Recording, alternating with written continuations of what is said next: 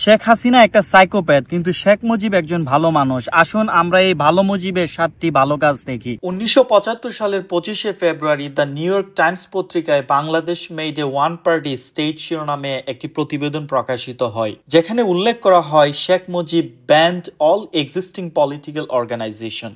অর্থাৎ শেখ মুজিব তার নিজস্ব ক্ষমতা বলে বাংলাদেশের সমস্ত রাজনৈতিক দলকে নিষিদ্ধ ঘোষণা করে একদলীয় শাসন ব্যবস্থা কায়েম করে, যেখানে শেখ মুজিব হয়ে ওঠে সমস্ত ক্ষমতার সেন্ট্রাল পয়েন্ট। এর সহি বাংলা তর্জমা হচ্ছে, স্বাধীন বাংলাদেশে গণতন্ত্র ধ্বংসের প্রথম স্রষ্টা হচ্ছে শেখ মুজিবুর রহমান। 1975 সালের 16 জুন শেখ মুজিবুর রহমান তার অনুগত 4টি সংবাদপত্র ছাড়া দেশের সমস্ত পত্রিকা বন্ধ করে দেয়। স্বাধীন বাংলাদেশের সর্বপ্রথম শেখ মুজিব মানুষের মত প্রকাশের মতো মৌলিক অধিকারের উপর নগ্ন হস্তক্ষেপ করেছিল। সেই হিসেবে বাংলাদেশের সংবাদপত্র ধ্বংসের সর্বপ্রথম জনক হচ্ছে শেখ হাসিনার ড্যাডি শেখ মুজিবুর রহমান। 1975 সালের 1 জানুয়ারি চট্টগ্রাম থেকে গ্রেফতার করা হয়, কার্যত গুম করা হয় পূর্ব বাংলার সর্বহারা পার্টির প্রধান নেতা সিরাজুল হক শিকদার ওরফে সিরাজ শিকদারকে। পরের দিন সিরাজ শিকদারকে ঢাকায় নিয়ে এসে ক্রসফায়ারের মাধ্যমে নির্মমভাবে হত্যা করে শেখ মুজিবের নিরাপত্তা বাহিনী। সিরাজ শিকদারের প্রধান অপরাধ ছিল শেখ মুজিবের বিরোধিতা ও ভিন্ন মত পোষণ করা। শেখ মুজিব ক্ষমতাচ্যুতির বয়ে সর্বহারা পার্টি সিরাজ শিকদারকে প্ল্যান করে তার রক্ষী বাহিনী দিয়ে হত্যা করে।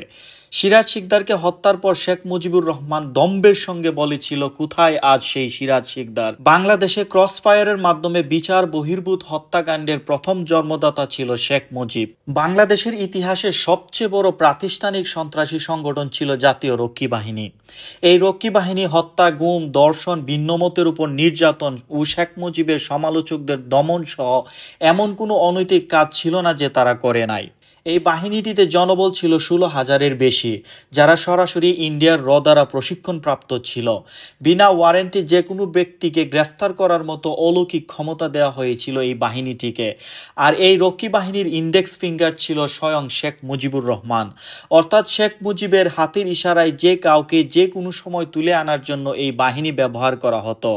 তৎকালীন বিভিন্ন মানবাধিকার সংগঠনগুলো শেখ মুজিবের এই বাহিনীকে জার্মানির নাজি বাহিনীর সাথে তুলনা করেছেন।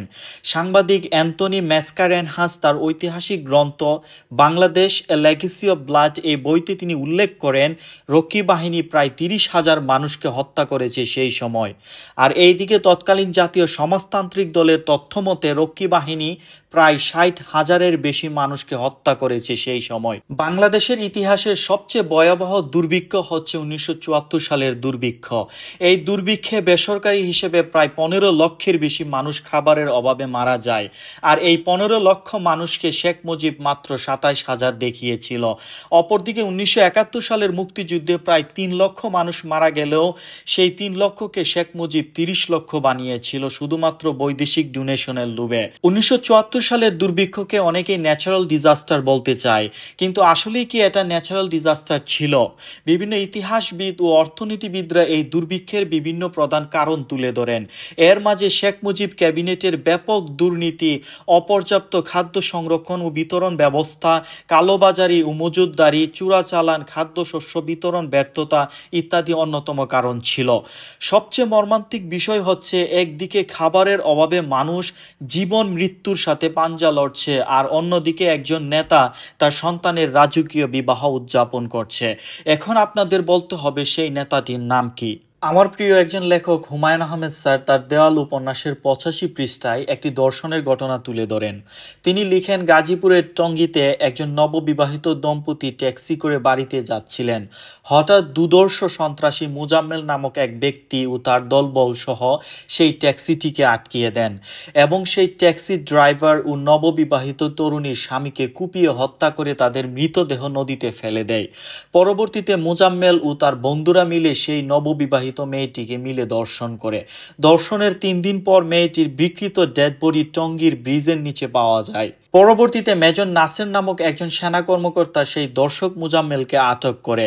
মোজাম্মেল মেজর নাসেরকে 3 লক্ষ টাকা ঘুষের অফার করে আর বলে, এই তুচ্ছ বিষয়টা সরকারি পর্যায়ে নেবেন না, স্বয়ং বঙ্গবন্ধুর নির্দেশে আমি ছাড়া পাবো, আপনি বিপদে পড়বেন। আমি তুচ্ছ বিষয়ে বঙ্গবন্ধুকে জড়াতে চাই না। মেজর নাসের রাগে মোজাম্মেলকে ফাঁসিতে ঝুলানো করানোর হুমকি দেয়, কিন্তু কয়েকদিন পর শেখ মুজিবের সরাসরি হস্তক্ষেপে মোজাম্মেলকে মুক্তি দেওয়া দেখে মেজর নাসের আর তার বন্ধু মেজর ফারুক অবাক হয়ে যায়। আর মেজর ফারুক সেই দিনেই শেখ মুজিবকে হত্যা করতে চেয়েছিল। 1975 সালের 15 আগস্টের অপারেশনে মেজর ফারুক ছিলেন অন্যতম একজন। হুমায়ুন আহমেদ মূলত এই ঘটনাটি অনেক সংক্ষিপ্ত করে তার উপন্যাসে তুলে ধরেছে। তিনি মেজর ফারুককে তার দেওয়াল উপন্যাসে স্কিপ করে গেছেন। তিনি মূলত অ্যান্থনি ম্যাসকারেনহাস এর বাংলাদেশ এ লেগেসি অফ ব্লাড বই থেকে এই ঘটনাটি নিয়েছে। আপনি চাইলে এই ঘটনার বিস্তারিত এই বই থেকে জানতে পারবেন। মোরাল অফ দ্য স্টোরি, একজন দর্শকের জাতির পিতা ছিল শেখ মুজিবুর রহমান। শেখ মুজিবুর রহমান অত্যন্ত সফলতার সাথে ব্যক্তি পূজা ও দাসত্বের সংস্কৃতি প্রতিষ্ঠা করতে সক্ষম হয়েছিল। তিনি মুজিবীয় ধর্ম নামে একটা ইউনিক বিশ্বাস ব্যবস্থা গড়ে তুলে, যেখানে তিনি একজন অদৃশ্য দেবতার মতো আচরণ করতেন। তিনি ছিলেন সমস্ত ক্ষমতার ঊর্ধ্বে। শেখ মুজিব এমনভাবে ন্যারেটিভ তৈরি করতে সক্ষম হয়েছিল যে সবার ভুল হতে পারে, কিন্তু শেখ মুজিবের ভুল হতে পারে না। তিনি ভুলের ঊর্ধ্বে। আর এই অদৃশ্য মুজিবীয় কেমিক্যাল প্রজন্ম থেকে প্রজন্ম আমাদের ব্রেইনে পুশ করা হয়েছে, যার ভয়াবহ প্রভাব থেকে এখন পর্যন্ত আমরা বের হতে পারছি না। শেখ মুজিব সম্পর্কে আরেকটা ভুল ইনফরমেশন ছড়ানো হয়েছে। অনেকে বিশ্বাস করেন যে শেখ মুজিবকে তৎকালীন জনতা বঙ্গবন্ধু উপাধি দিয়েছিল, কিন্তু আপনি জেনে অবাক হবেন যে এই বঙ্গবন্ধু উপাধি তৎকালীন জনতা থেকে দেওয়া হয় নাই। এই উপাধি দিয়েছিল তুফাইল আহমেদ, যিনি সিরাজ শিকদার হত্যা মামলার প্রধান আসামি। অর্থাৎ একটা খুনি শেখ মুজিবুর রহমানকে বঙ্গবন্ধু উপাধি দিয়েছিল। এই ধরনের অসংখ্য জিনিস বাদে শেখ মুজিবুর রহমান ফেরেস্তার মতো একজন ভালো মানুষ ছিলেন। আমি যে ডেটাগুলো এখানে আপনাদেরকে দেখিয়েছি, আপনারা চাইলে সেগুলো ক্রস চেক করতে পারেন। তারপর আপনারা সিদ্ধান্ত নিতে পারেন যে শেখ মুজিবের মতো একটা কালপ্রিট আসলে আমাদের জাতির পিতা কিংবা বঙ্গবন্ধু হওয়ার মতো যোগ্যতা রাখে কিনা।